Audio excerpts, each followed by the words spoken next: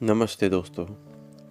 आज का ये वीडियो इस वीडियो में मैं आपको ये अपना खुद का एनालिसिस कि हमारे एसएसआर के केस में क्या हो रहा है। हम बहुत दिनों से देख रहे हैं कि हमारे लोगों में अब ये हम सब ये सोच रहे हैं कि पिछले 5 महीनों से ये केस बिल्कुल चले जा रहा है, कुछ सॉल्यूशन सामने नहीं आ रहा है। हम सब हताश हो गए।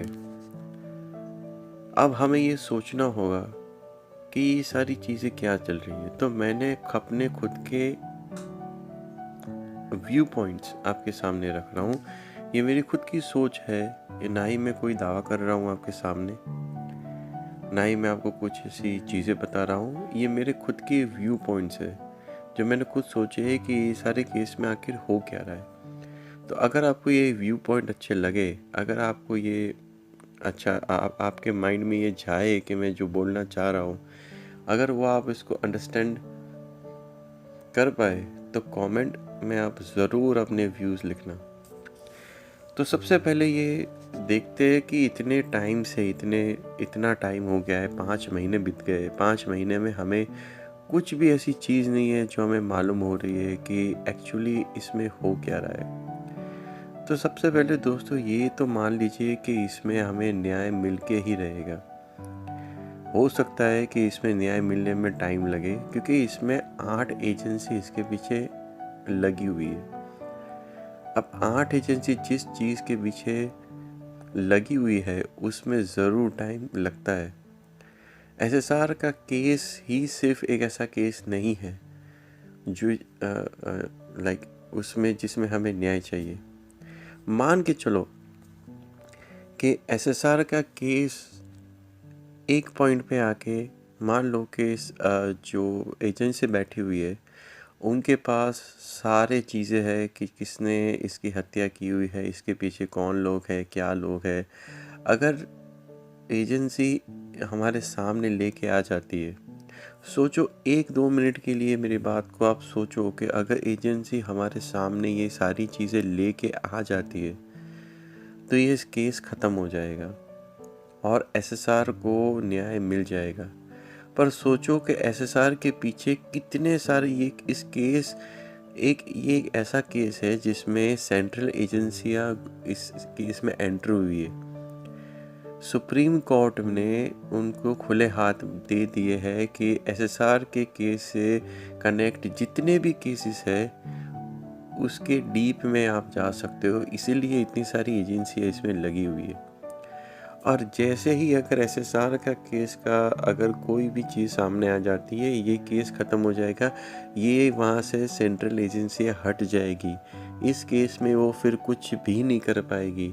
ये जितने बड़े बड़े लोग हैं जो हमारे देश को तोड़ रहे हैं, जो हमारे देश के बारे में गलत चीज़ें कर रहे हैं, जो ड्रग्स और न जाने क्या क्या चीज़ें वो हमारे इस भारत के अंदर वो फैला रहे हैं। बेसिकली वो भारत को धीरे धीरे धीरे स्लो पॉइजन दे रहा है। तो सोचो अगर सेंट्रल एजेंसी वहाँ से हट जाएगी तो ये मामला स्टेट का बन जाएगा।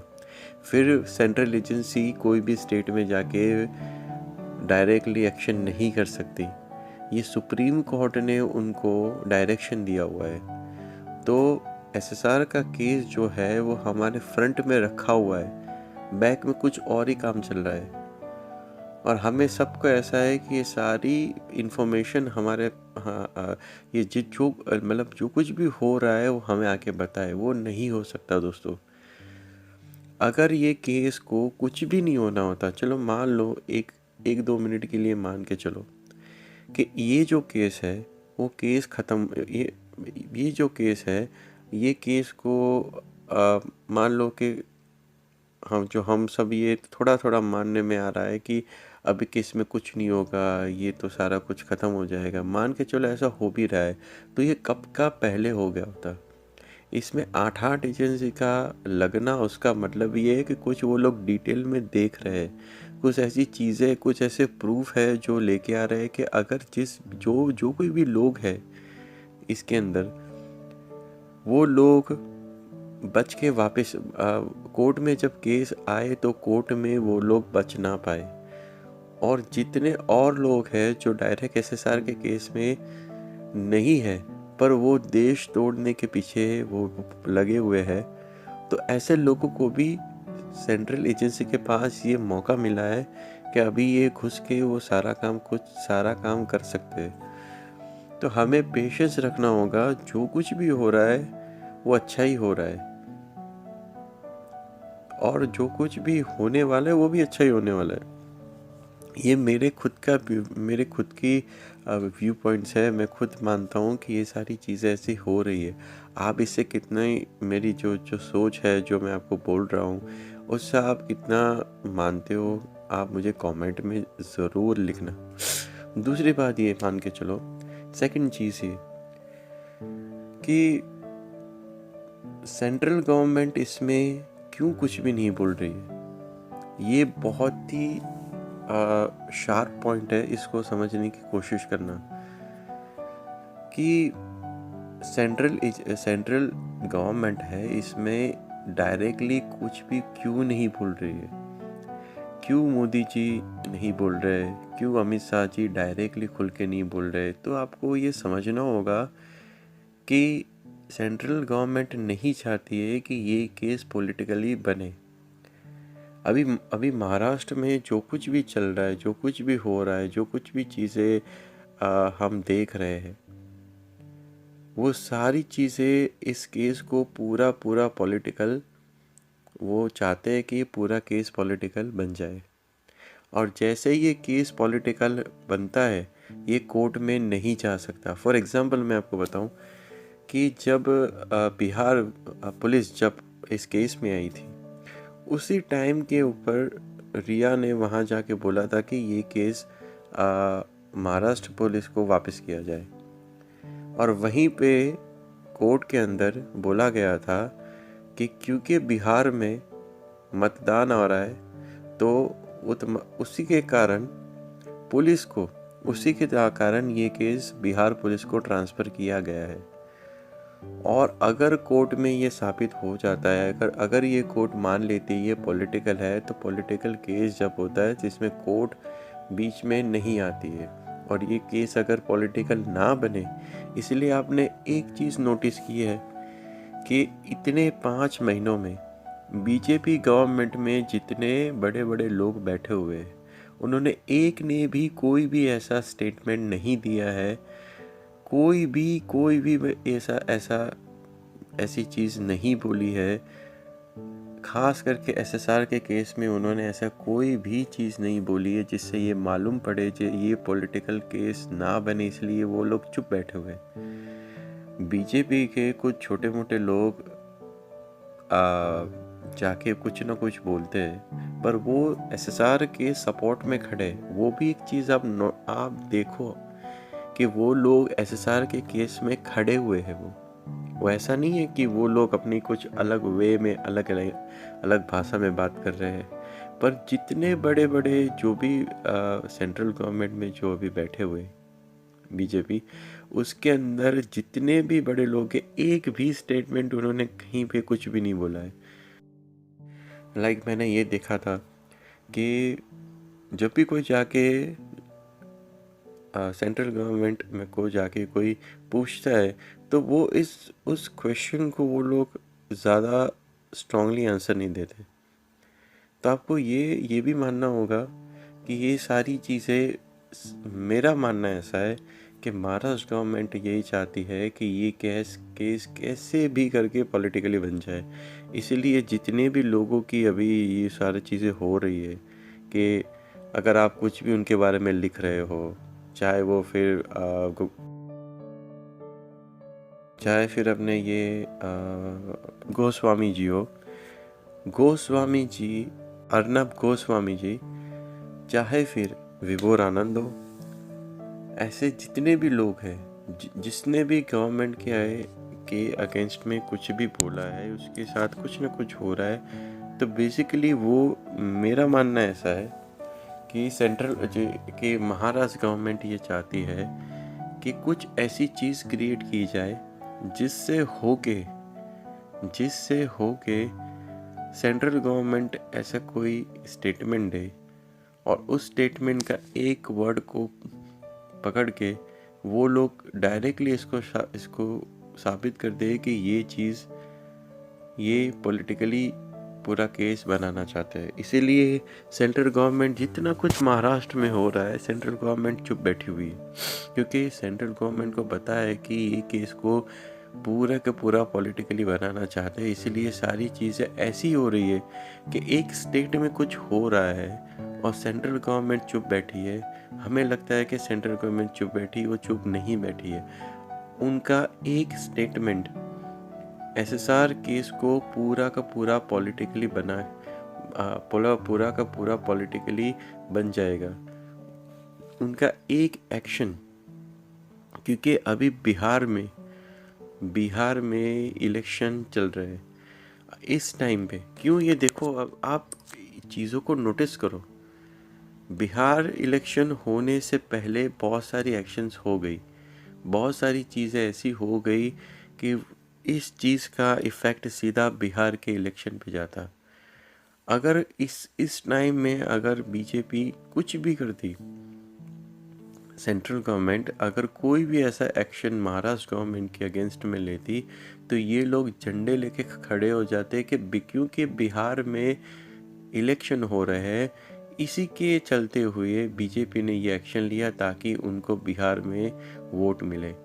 और ये केस पूरा पॉलिटिकली बन जाता और जब कोर्ट में जाता तो इस स्टेटमेंट को यूज़ किया जाता कि ये सारी चीज़ें हुई थी, सेंट्रल गवर्नमेंट ने ये किया था क्योंकि बिहार में मतदान हो रहा था या मतदान आने वाला था, इसीलिए इस केस को पॉलिटिकली माना जाए। पर क्योंकि सेंट्रल गवर्नमेंट इतनी सारी चीज़ है, सेंट्रल गवर्नमेंट चुप बैठी है, तो ये समझना चाहिए कि सेंट्रल गवर्नमेंट नहीं चाहती है कि एसएसआर केस को थोड़ा सा भी डैमेज पहुँचे। वो चाहती है कि इस केस को लास्ट एंड तक लेके जाए। इसके पीछे बहुत सारे केसेस और भी है, उन सारे केसों का सॉल्यूशन आए। इसीलिए अगर आपने हमारे होम मिनिस्टर का, अमित शाह का इंटरव्यू देखा हो, आप इसको पहले क्लिप देख लो और फिर आप सोचो कि उन्होंने स्टेटमेंट क्या दिया। जैसे ये आया कि बिहार में सुशांत सिंह राजपूत एक बहुत बड़ा चुनावी मुद्दा बन चुका है, क्या आपको ऐसा लगा कि है ये चुनावी मुद्दा, इस पर भी वोट पड़ेंगी? हो सकता है कुछ लोग इस पर भी वोट डाले, मगर दो चीजें एक साथ हुई, इतनी सारी कंट्रोवर्सी हुई। मुझे आश्चर्य इस बात का था कि महाराष्ट्र सरकार ने क्यों सीबीआई को पहले नहीं दे दिया। सुप्रीम कोर्ट को, देश के उच्चतम न्यायालय को फैसला करना पड़ा और बात लिंगरिंग हो गई तो बड़ी हो गई। अगर पहले से ही सीबीआई को दे देते, इनके परिवार की अगर मांग है, और सीबीआई को दे देते तो बात खत्म हो जाती वहां पर। खैर, अब मीडिया ने भी इसको ज्यादा तूल भी दिया। जी, लेकिन एनसीबी आपके अंडर है, सीबीआई भी आपके पास है, एम्स का बोर्ड भी आपके पास है, तो क्या आपने उनको कुछ निर्देश दिया? नहीं, मेरा निर्देश देने का कोई कतई सवाल ही नहीं खड़ा होता है। सब संस्थाएं अपने अपने रूप से स्वतंत्र रूप से जांच कर रहे हैं और ये न्यूट्रल जांच होनी चाहिए। भारत सरकार, कम से कम नरेंद्र मोदी सरकार, इस प्रकार की चीजों में विश्वास नहीं रखती है कि हम एजेंसियों की जांच के अंदर कोई राजनीतिक निर्देश दें। तो आपकी तरफ से इस मामले को लेकर कोई ब्रीफिंग नहीं हुई? ब्रीफिंग एक भी नहीं हुआ, वो तो छोड़िए। हमने इतना ही कहा है कि जो सच है उसको लेकर जनता के सामने रखिए, अदालत के सामने रखिए। अब आप देखो यहाँ पे उन्होंने क्या बोला। उन्होंने ये बोला कि यहाँ पे उनको ये क्वेश्चन किया गया कि बिहार के अंदर एसएसआर के केस की हवा है कि नहीं, ये लोग इसको ज़्यादा स्ट्रांगली फॉलो करते कि नहीं करते। उन्होंने इसका आंसर बहुत ही लाइटली दिया। उन्होंने बोला कि हो सकता है कि शायद हो, पर इसका कोई इतना इफ़ेक्ट नहीं होगा। बिहार के इलेक्शन में बीजेपी ने सिर्फ अपने काम के ऊपर वोट मांगा है। वो चाहती तो इस केस को पॉलिटिकली बना सकती थी। सेंट्रल गवर्नमेंट इस केस को पॉलिटिकली नहीं बनाना चाहती, इसलिए आप सबके माइंड में ये सारी चीज़ें क्लियर होनी चाहिए। इन लोगों के पास बहुत बड़ी अपॉर्चुनिटी थी कि ये इस केस को ये पॉलिटिकली बना के बिहार में इलेक्शन जीतने के लिए वो कुछ भी कर सकते थे, पर मोदी जी और अमित शाह जी बहुत ही शार्प है। जहाँ पे हम लोग सोचना बंद कर देते हैं ना, वहीं से वो दोनों सोचना चालू करते हैं। तो उन लोगों ने इस चीज़ को बहुत ही शार्पली पेशेंसली यूज़ किया है कि एसएसआर का केस का कहीं पे भी मतदान के अंदर या उन्होंने अपने भाषण में बिहार इलेक्शन में इन लोगों ने कहीं पे भी यूज़ नहीं किया है। उसका यूज़ नहीं किया है, इसका मतलब ये तो आप कंफर्म मानो कि सेंट्रल गवर्नमेंट बहुत स्ट्रांगली ये मानती है कि इस केस को पॉलिटिकली नहीं होने देना है। इसीलिए कहीं पे भी इतनी सारी चीज़ें हो रही है कि आपको नहीं लगता कि सेंट्रल गवर्नमेंट देख रही होगी? उनको सब पता है, वो सब जानते हैं। अगर देश के बॉर्डर पे क्या चल रहा है वो जान सकते हैं, तो घर में तो डेफिनेटली वो सब जानते होंगे। पर इस केस के लिए मैं इतना मानता हूँ, मेरा ये व्यू पॉइंट है, मैं ये मानता हूँ और ये कि जो कुछ भी एक्शन होगा, जो कुछ भी स्टार्टिंग होगा, वो बिहार इलेक्शन ख़त्म होने के बाद, या तो बिहार इलेक्शन का जो कुछ भी वहाँ का डिसीज़न आएगा उसके बाद ही कुछ ना कुछ चालू होगा। अभी जो कुछ भी है बिल्कुल शांत पड़ गया है, क्योंकि बिहार में इलेक्शन चल रहे हैं। इलेक्शन के टाइम पे ऐसी कोई भी चीज़ बाहर आना, ऐसी कोई भी चीज़ लेके आना, मतलब सीधा सीधा बिहार इलेक्शन में इसका असर होना, सीधा सीधा इस केस को पॉलिटिकली बनाने के लिए ये सब लोग बैठे हुए हैं। ये सब लोगों का प्रयास ही ये है। आप सोचो कि क्या क्या नहीं हुआ है पिछले दिनों में। 1000 FIR रिपब्लिक के ऊपर डाली गई है। बहुत सारी चीज़ें हुई है, बहुत सारे लोगों को जेल में डाला गया है। तो आप समझो ये सारी चीज़ें यही है कि कैसे भी कोई सेंट्रल गवर्नमेंट का कोई चीज़ आए, कुछ ऐसी चीज़ बोले और इस केस को पॉलिटिकली बनाने की कोशिश कर रही है। आप सब लोग, मैं मानता हूँ, हताश हो गए हो कि न्याय नहीं मिल रहा है, न्याय नहीं मिलेगा। न्याय भाई क्यों नहीं मिलेगा? इसमें रॉ लगी हुई है, NIA लगी हुई है, तो वो लोग कुछ ढूंढ रहे हैं, उन लोगों को कुछ फाइंड आउट करना है। वो लोग फ्रंट में हमें SSR का केस वो हाथी के दांत के जैसे खाने की और दिखाने की और अभी जो SSR के केस के आगे फ्रंट में रख के वो बैक में बहुत सारा काम कर रहे होंगे, ऐसा मेरा मानना है। और जब उनको लगेगा कि अब टाइम आ गया है कि हमें लोगों के पास जाके ये बोलना चाहिए, वो तब आके बताएंगे। हम ऐसा क्यों है कि हर चीज़ का सॉल्यूशन फास्ट हो जाए? आप सोचो कि हम ये जो सेंट्रल गवर्नमेंट है वो ऐसी चीज़ में अभी डील कर रही है जो सालों से इस देश को ख़त्म करने की कोशिश कर रहे हैं। ये घर में बैठे हुए वो लोग हैं, ये घर में बैठे हुए दुश्मन है वो, उसके साथ ये लोग फाइट कर रहे हैं। उन लोगों को हटाना, उन लोगों को बाहर लेके आना, लोगों के सामने लेके आना, इस सब में टाइम लगता है। आप सबको पेशेंस रखना होगा, आप लोगों को इतना मानना होगा। मैं आपको एक एग्जांपल देता हूँ जिससे आपको थोड़ा सा आपका एनर्जी लेवल इंक्रीज हो जाएगा। कुछ साल, सिर्फ 2 साल भी नहीं, 1 साल आप जाइए पीछे, जब 370 और 35A हटा हुआ था। 70 साल से हमारे देश में ये धाराएं लगी हुई थी। लोग ये बोल रहे थे कि ये इसको कोई हटा ही नहीं सकता है, पर जिसने हटाया अमित शाह जी ने और नरेंद्र मोदी जी ने और बहुत सारे लोग जिसने उसमें अपनी हामी भरी।